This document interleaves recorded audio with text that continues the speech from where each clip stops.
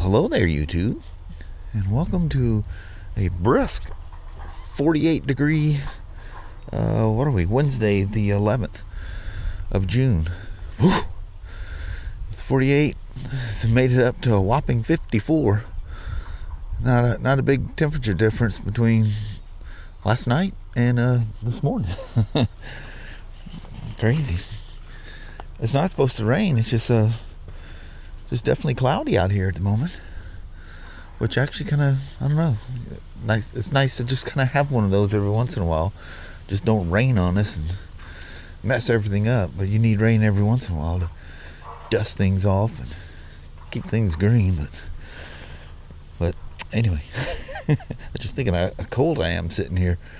It's crazy. 54 degrees a couple months ago would have felt great, good riding weather. And I'm standing here going, wow, it's cold. We're always adjusting, aren't we? All right, let's go to work. Let's go see what's going on. It's cloudy here in Van Chulo, 60 degrees. I think it's supposed to be that way most of the day. It looks like there's a little bit of sun. Yeah. Around 11, 12, somewhere around there. Supposed to burn off. Yeah. But yeah, other than that, no chance of rain. Not until next week. Yeah. Looks like we got a good old bout of rain coming next week. Oh, I only saw one day. Yeah. Okay. Wednesday or Monday through Wednesday or Monday through Thursday. Oh. Like 50-60%. Oh, dang. Yeah, all you need is just a smidgen of a percent around here. Oh, yeah. You look and go, oh, it's only 5% chance of rain. Oh, it's gonna rain. It's gonna rain. Unless you want it to rain, like when it's all dry and nasty. Yeah, that rain please rain. Come. Yep. Anyway, Mama. Yes, how about it? It's a hump day. Mm-hmm. Midweek. Let's go in there and bust her out. All right. All right. Have yourself a wonderful Wednesday there, Mama. You too, Huck. All right. Love you. See you. Bye. I love you. Bye-bye now. Bye. So my day started off with repairing the technician area. There's the one on the other side over there that's nice and clean like a jewel. And ours, well, it looks like a technician's bathroom. Anyway, I come through to come in to clock in, and I hear the thing running. And the thing got damaged. I had to do some commode repairs first thing. Left this thing on the charger overnight on the BMW one. Come in, the health and everything all went up. It's all good. It was, I mean, the battery was good. If the health was in any danger, the tester would immediately say, bad and replace. I just wanted it to come up. And not quite at 100%, but cycling it from riding it, it gets loaded and charged back up, loaded, charged back up. You'd be surprised what just that brief moment that starter motor turns, the amperage that thing turns for that little small battery. That's why if you have an issue, you need to figure out what the issue is. Don't just sit there and keep cranking. Your battery will be dead in no time. They cannot keep turning and keep turning it. How many times you've watched videos, I'm like, don't keep trying, don't figure out what it is, don't keep trying. And it didn't. Yep. They're meant to start the vehicle. And the rule of thumb is Honda's old saying was, it takes 20 minutes of riding to replenish the startup of that battery. So either ride it that long or put it on a tender when you get home every night. A tender, not a charger. A charger is for charging a dead battery so you can get it charged and leave. A tender maintains your battery. It will charge it, but at a really slow pace. Usually less than an amp. And you've seen that thing. I've put Spyder batteries on there and had 50 or 60 amps going at that thing. But that is a charger. That is not a maintainer. So that's why I say I let it cook overnight, because that cooks them. But it won't hurt it. It is smart enough to know that if something's going wrong, it'll just derates itself and just stops. But anyway, so waiting for a tire. He's getting some special certain brand that he had up front, and I guess he already has that in the rear. We can't mix match tires. And even if you want to, we absolutely legally bound to put a matching tire on your motorcycle. It's just like absolutely under no circumstance will we put a different size tire on your bike. That never works. Literally never. But I've seen some crazy stuff. People putting wide tires on your cruiser or even Harleys and put too wide of a tire. I don't know how they get that thing in there. It's not a whole lot of clearance to do something like that on certain Harleys. But yeah, and then the tire gets low and they'll debead themselves. And got a hold of this gentleman this morning, and he's happy we got everything fixed as far as running. And asked, when you say oil change, he says the guy that rode him up's not here. He goes, he's not familiar with Harleys. I just want the technician's up here and he wants to verify, when you say oil change, are you just saying just oil and filter in the engine, or do you want all three holes changed? And he's like, duh, yeah, you do all three all the time whenever you do it, don't you? Well, yeah. But, you know, people don't know Harleys, don't even know. When you say, when I went up and said to him 3 holes, he didn't know what I was talking about. He got 3 separate oil change areas: the tranny, the chain case, and the engine. So anyway, we were more concerned with getting the thing to fire up and run. Turned out to be the wrong battery and being in there upside down. That's pretty wild. But anyway, I'm gonna take this thing for a rip because I don't know what kind of trans. Oh, that's gonna be fun getting to that. That won't be bad. Yeah, it will be bad. Yeah, especially with it nice and hot. Look at that tranny fill plug is in there. Can you see it way down in there? It's going to be one of the ooch, ouch, ooch, ouch. And I like them being run. I don't like, sitting there idling. A lot of these things, they come in, they set the appointment up, and it's while they wait. While you wait, oil change is no issue. Unless the bike has issues and you find things. But, yep, dry sump motor, the tank is holding the majority of your oil. You want all that thing floating. So I need to make sure it fits on my bench because that Breakout is some kind of long. But I do have an extender up front. Well, I'm going to measure here before I take off. Anyway, I'll get it up and immediately dump the engine oil. Get that out of there while she's still floating about. And yeah, do the other changes and he'll be all freshed up. Make sure his tire pressure is good. I like the Harley engine on there. That's nice. And that's some heavy metal flake on that thing. All right, let's go get her warmed up. This is probably going to be pretty loud.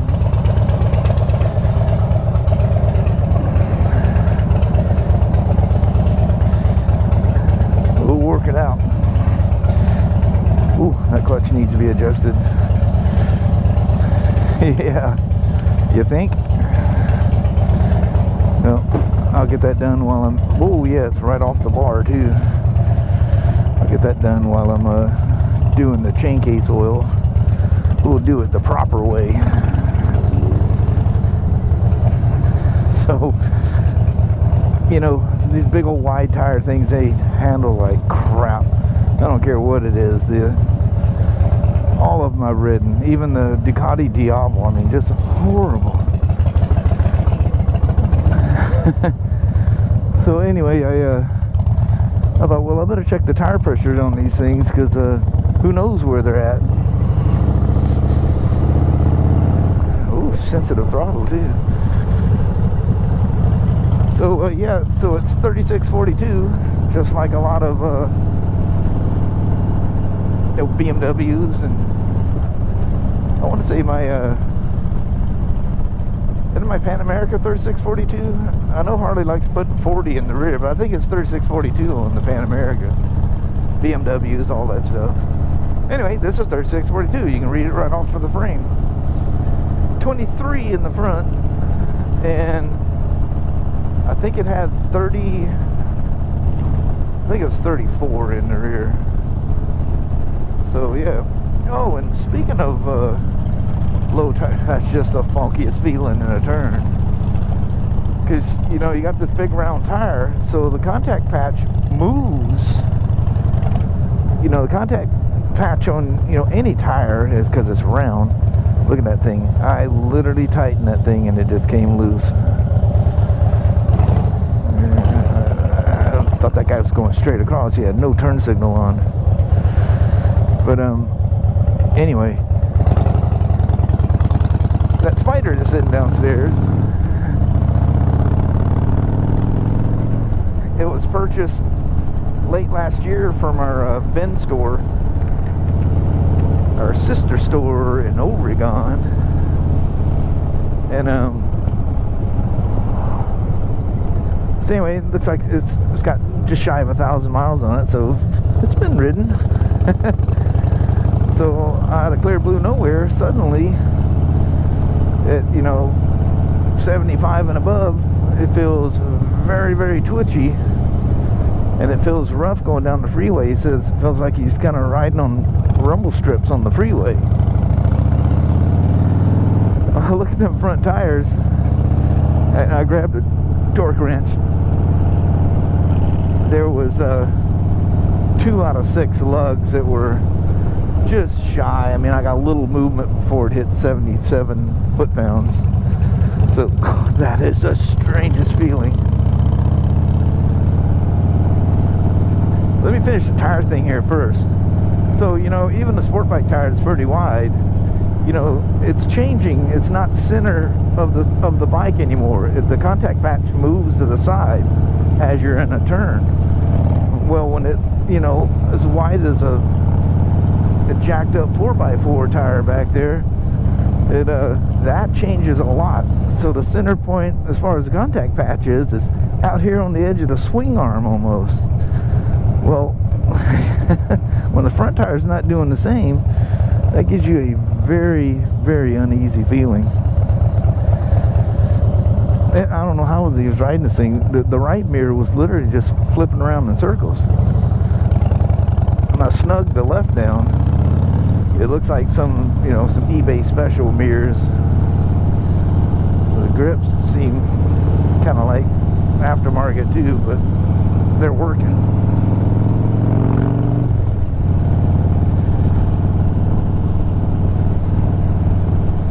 It's funny how these twin cams just have the old chain-driven twin balancers. Whoa! I don't think that's a neighborhood speed limit there, buddy. And the little Nissan, that boy was rolling.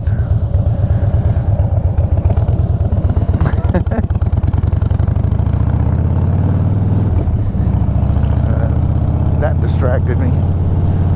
My mind was thinking, what if I was one of those neighborhood cross streets that doesn't have a stop sign, and I'd do the double tap, look, and roll through.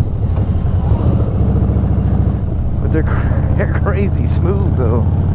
Until you get up the freeway speeds, you get over, I don't know, it seems like 75, 80. Boy, they just start buzzing and my hands go numb. It just gets out of balance. Just like my Iron 83 has no balancers. Its balance is the crank weights and the rod and pistons. Well, she's great until you get her up about 80 miles an hour and forget about looking in them mirrors. You don't see nothing. She just buzzes. But that doesn't make my hand go numb. This is just a frequency that it's like, dang. In all fairness, the 1200 GSAs did that to me. 1250s for some reason didn't. Something changed. Be cool to see. Hey, there's. I was about to say it'd be cool. I'm riding a real American bike today. Yeah, that's really nice. Yep, good old Harley. Where's the old lady at? You don't put her back there? Yeah, she needs to be back there, doesn't she? You have a really nice day. Yeah. You have a wonderful day, Rick. Yeah. Take care.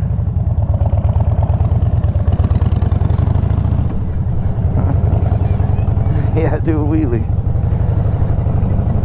Not on this thing. In my younger days, somebody bet me, I guarantee you, I would do some wheelies on it. I used to do wheelies on Gold Wings. I used to have customers have me go out and do wheelies on their Gold Wings because they didn't believe it. They wanted to take a picture of it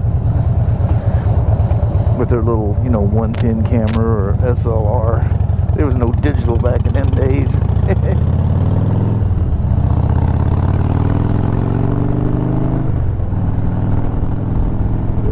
buddy. It's nice to ride an old twin cam again, even though it's the balance motor. I don't give it too much grief for that.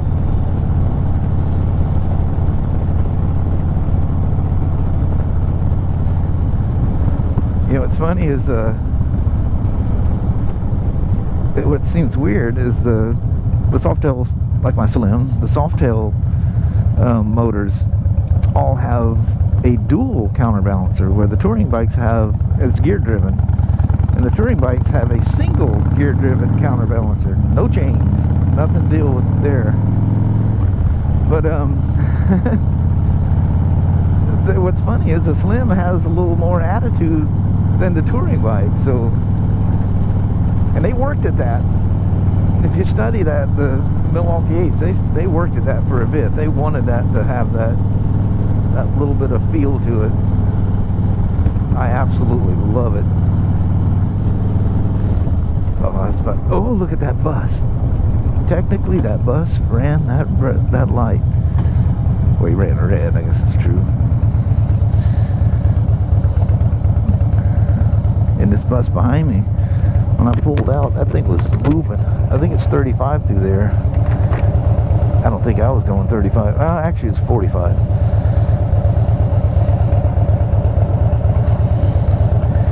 She is a beauty, though.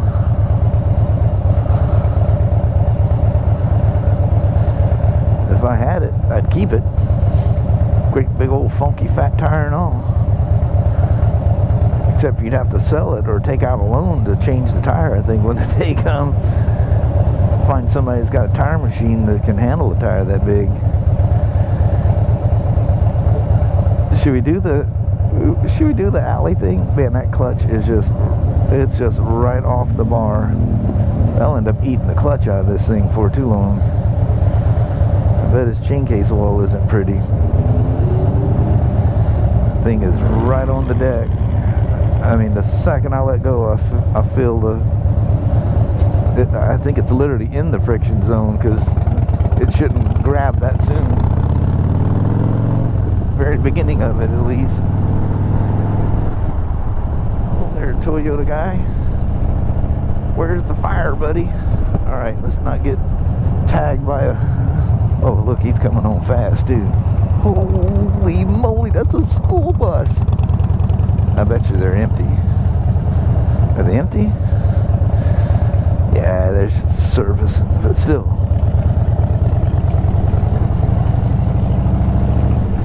I'll short shift it here. I'll try not to offend anybody. It's not that loud, but it's definitely got a bark to it. You know, it's funny, it sounded pretty quiet in the shop when I lit it off that one day. Once I figured out why it wouldn't start. So anyway, to finish up on the Spyder, because I left that thing a long ways back. Oh, they're chasing me. So I go to check the tire pressures on this thing, or the lug nuts, and I'm looking down and I'm going, man, that thing's standing on top of the release nipples from the mold the tire was made in. That thing just looks like it is like a solid brick. Yeah, you just kind of pulled in front of that car and he doesn't like it. I might not even make it across this thing today. What's with the traffic today? Nice Corvette. I wouldn't kick that out of my garage either, I guarantee you. So going along, checking the lugs, there's a couple that I got some movement out of. So I got my old tire pressure gauge out. The right side was almost 29. It was basically double the pressure.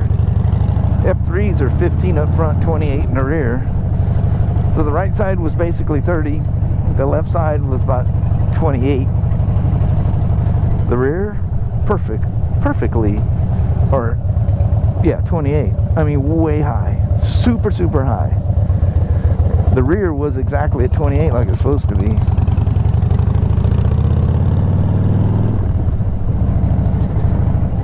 You know, I'm not even paying attention if the, you don't have to worry about them on Harleys, but sometimes the thing doesn't self-cancel. I ain't been paying attention. Wonder if I'm riding with the signals on. Yeah, as soon as I started to move to the right, it canceled. Amazingly sensitive throttle. So I just stick it in second. It mellows it out. Hello there, Sea Sky. I know this is from your neighbor on the state down below, lower 48. This is what we make down here. Doesn't mean I don't love you up there in the Northland. We do a walk around on this thing.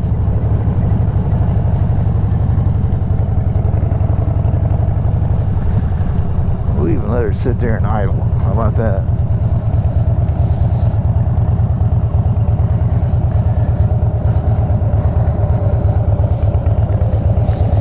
See if I can make the handlebars stay straight.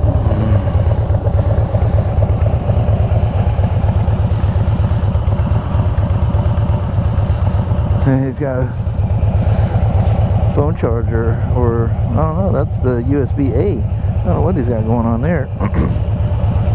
Oh, it's coming up here. Wasn't even paying attention. Probably that fits in his pocket or something as he's going down the road. She's nice. If nothing else, she's a looker.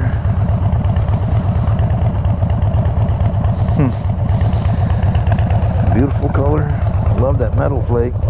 That's about the consistency of the metal flake of my Sportster 72 in that red.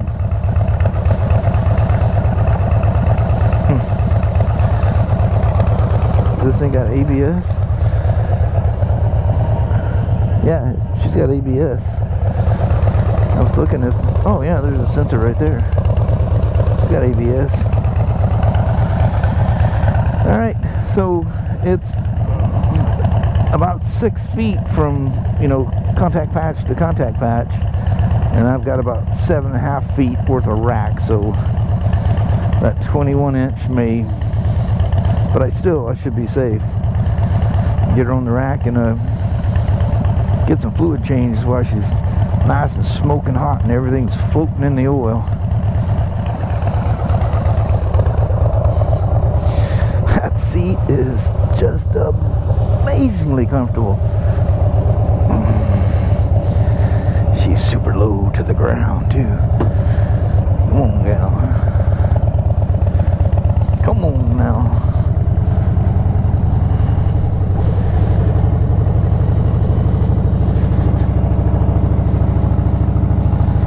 Disrupt all the kids in their little class out over there next to us. That rear tire probably won't fit in that crack. It bumped a little bit. I wasn't perfectly straight. I felt the bump on the left-hand side.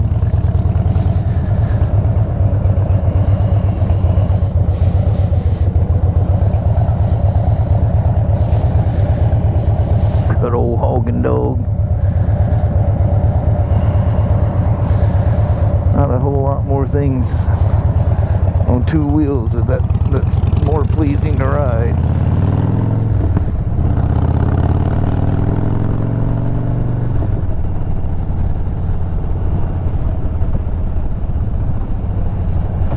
I love the sound of Harleys with pipe on them, just not with me riding. I like to hear them go ripping by. They sound really good, especially when some guy pipes up on it and he's ripping it.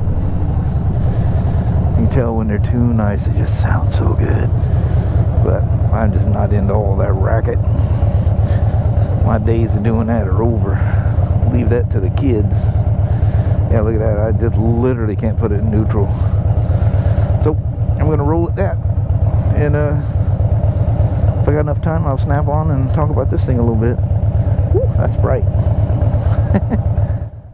Didn't finish up with it. Almost there. Just got distracted. A really cool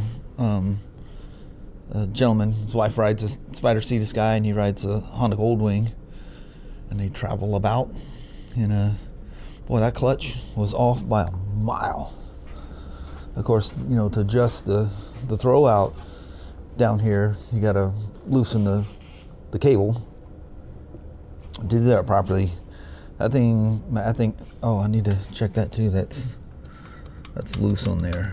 I need to make sure it's too high. I can't see. I need to reach in there and give that screw a tug, make sure that she's tight.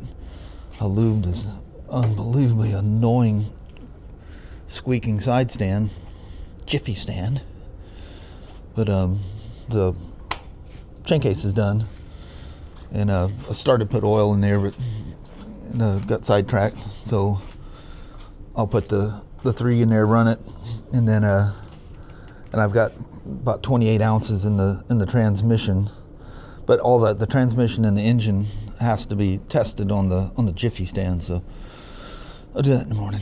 I don't want to, you know, gas the place out before I leave.